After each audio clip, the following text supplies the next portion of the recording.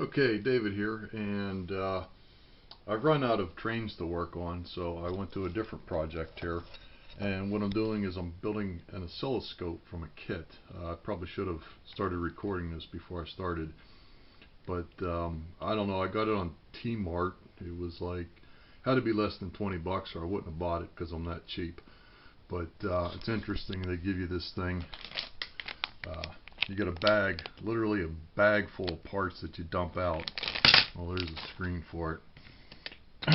So I started and sorted them all, the resistors and everything, into this little container here. So you have to sort all the resistors out, and actually I cannot read the color codes on them because they're too small. So I just got the old ohm meter here and had to ohm every one of them out and put them in little piles and label them.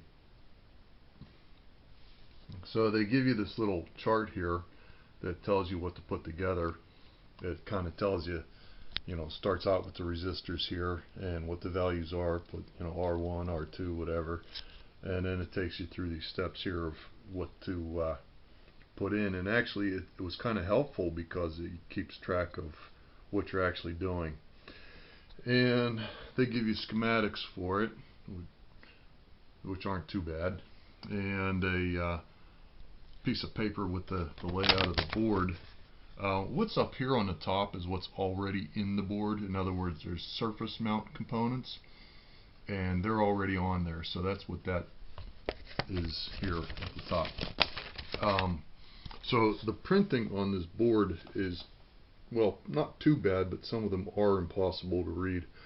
So I've had to, certain parts, go back to the schematics and look at, okay, R11 connects to C15 or something like that, and figure out where it's supposed to be on the board here. So here we are. I got all the resistors in, and capacitors and inductors. This isn't an impossible job, but you do have to have some electronics experience. You have to know, the difference between a resistor and a capacitor, and how to read a meter, that kind of thing, how to read capacitor codes, which isn't too bad. Well, anyhow, you have to know how to read capacitor codes because they don't tell you what the numbers on the capacitors are. I don't know, probably can't see that, but anyhow, there's little numbers on the ceramic capacitors, and then you have to know, what they actually are, because they tell you, what is this, 130 picofarads, 330 picofarads, 1 picofarad, whatever. So you have to know what that means to sort out the pieces to put in here. So there's nothing real interesting about watching me solder, but I'll come back to the camera when I get further and let you know how this worked out. I'm just doing this because, well, to see if I can do it. Alright, so I ran into a little problem here. Well, I got all the capacitors in. When I put them in, it's a good idea if you put like the numbers that are stamped on there, put them all the same direction, so if you have a problem you can see them. The resistors, I've always had a habit of putting them so that the first number of the resistor, so that they all line up, but I really can't see the lines on there, so I have no idea how I put those in there. But the problem that I had is I got to putting the transistors in here, or well, two of these are transistors. The other two, they are transistors, but they're voltage regulators. And it turns out that I have two of the same. In other words, there's U4 and U5, and one is a positive 5-volt voltage regulator, and the other is a negative 5-volt voltage regulator. And I ended up with two 5-volt positive voltage regulators. So I'm going to have to see if I can cross-reference that, and I might have one in the stash somewhere. So what I need is a negative 5-volt voltage regulator here. So I have no idea if I have one stashed in all my parts, but I might. So we're going to continue and deal with U4 at a later time here. Okay, somehow I missed a step here in this, in the instructions, and I didn't install these switches. I skipped over it, but that's okay. They kind of go in a step of like the smaller parts first and then the bigger parts. So I got these switches here to put in, but what you need to know is that the contacts here and here are actually connected, and what's open is this point and this point. So when you put them in, you want to make sure that you put them in correctly, or otherwise you're going to just short out the switch. So don't force it. So basically, I keep getting a shadow in there. So basically the switch goes in like that. Let's see if we can see this. So it's going to go with those pins, it's going to go like that.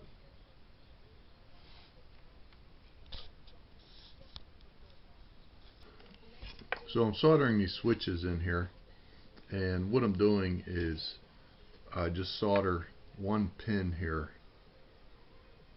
if you can see that. So I solder one pin, and then what you do is go on the other side and you hold that and then heat up your soldering iron, or heat up that point just a little bit to make sure that that's set in there flat, because you don't want things like switches all crooked.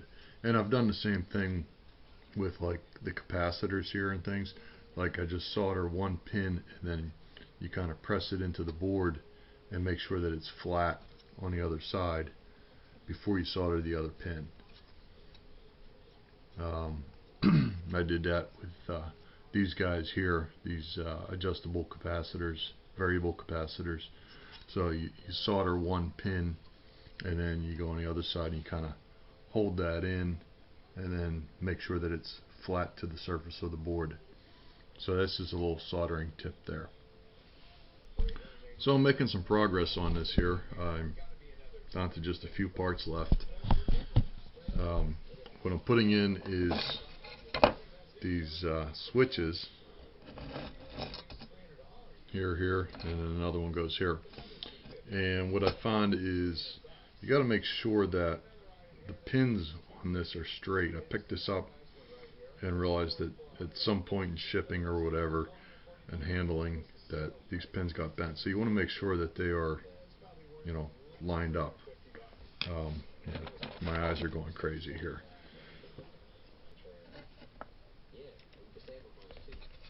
So again, like I was saying with the other components, you push that in there.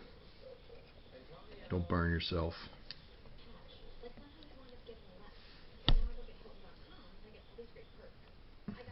And solder one pin here.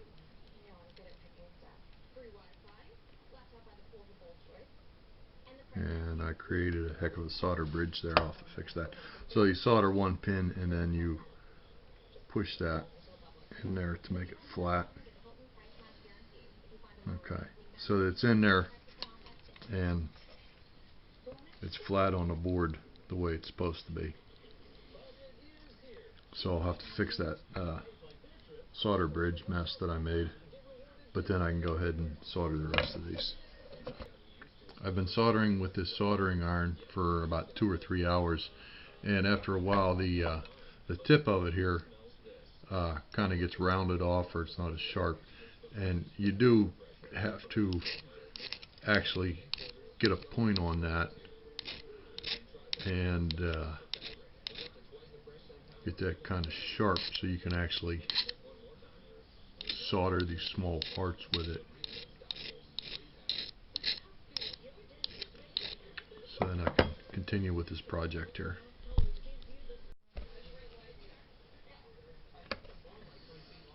I don't believe I did this, but I soldered this connector here on the display board, the LCD board, and I soldered it on the wrong side. In other words, these pins should be on this side. So I've been working with my solder sucker here to get all that solder off and try and remove that. This is going to be a project to remove this without destroying the board or destroying the pins. I'll get it done. I've done worse, or I've fixed worse. It is 11:40 at night. I don't know if I'll get it done tonight, but I'll get it done. Okay, so I got the negative 5 volt regulator and put it in there. Actually, it came in quite quickly. This was last week when I started this project, and it came up with nothing but a white screen. And after some poking around, but looking at the schematics here, I found there is this test point or jumper JP4, which jumpers the 3 volts, and it's supposed to be soldered, and that doesn't say that in the instructions anywhere. So just by testing it out, it works. Pretty cool. I would say this is a intermediate to advanced project because there are a lot of small parts here. I think total build time on that was maybe about 3 or 4 hours plus time troubleshooting it.